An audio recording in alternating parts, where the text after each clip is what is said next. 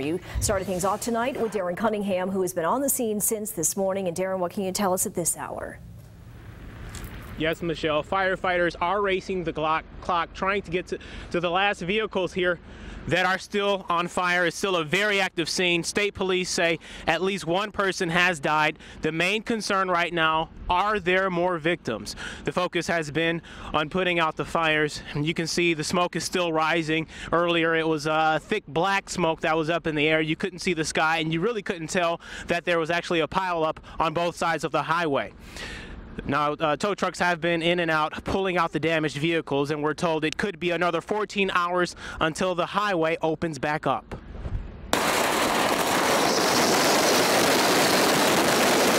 Fireworks burst into the air as our camera rolled. Everyone ran for cover. Our photographer had to dive into a ditch. He's fine. Tense moments on top of an already scary scene Thursday morning. It's the result of two massive pileups that shut down I94 in Kalamazoo County on both sides of the freeway. Each one of these vehicles has to be pulled out, cataloged, photographed, and we have to be able to identify where it's at in this scene. So that's a lengthy process. We've pulled in some more evidence technicians from both Kalamazoo County Sheriff's Office and the City of Kalamazoo. More than 100 vehicles in this mangled mess. State police said one semi burst into flames. Next to the burning semi, another semi hauled fireworks. The fire jumped to other vehicles. Thick black smoke poured throughout the afternoon. We watched hazmat and fire crews fight the flames. Sheriff Richard Fuller told me hazmat doused the fire with chemicals to get it under control. The highway is still shut down. State police rerouted other traffic to the nearest exits. We're still talking several more hours of dealing with this catastrophe. We are, and it's going to be an inconvenience for a lot of people trying to travel through the area. So we're asking for your patience. Follow the direction of the emergency crews trying to give you direction around this entire section of the highway. Take your time, slow down. All day, it's been all hands on deck. Virtually every area agency and organization responded to this catastrophe to support in some way. Meantime, the impact of this catastrophe is felt throughout the region. You got Chicago, you've got Detroit. What's the alternative here? What's the chain reaction that way? It's a very large chain reaction. What is not always identified so fast is the fact that we are directly in between Chicago and Detroit. I am convinced that right now that some State Department or the Federal Commerce is looking at this going, that's dollars per hour, and trying to figure out, what does it take to get this thing moving? And, right now the important thing is that we're working to save lives. We're making sure that people are safe, and we're trying to address the scene as appropriately as we can. In just a massive response to this unfortunate event, we're told that one of the first responders was hit by fireworks and he was taken to the hospital. We will stay out here and gather as much information as we can throughout the night. For now, reporting live from Kalamazoo County, Darren Cunningham, Fox 17 News.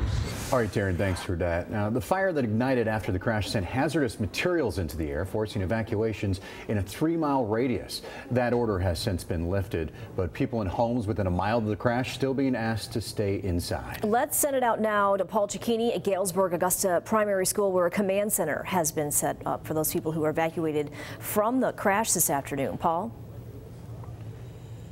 Yeah, about 150 people or so were brought here earlier today, and a lot of them have since been coming and going. Many of them trucked out by the Michigan State Police, who have kind of been in and out taking accident reports, in addition to calling out license plate numbers for people who they believe will be able to drive their cars away from the scene. Others just taking a chance to warm up, get something to eat, drink before they can get a ride home.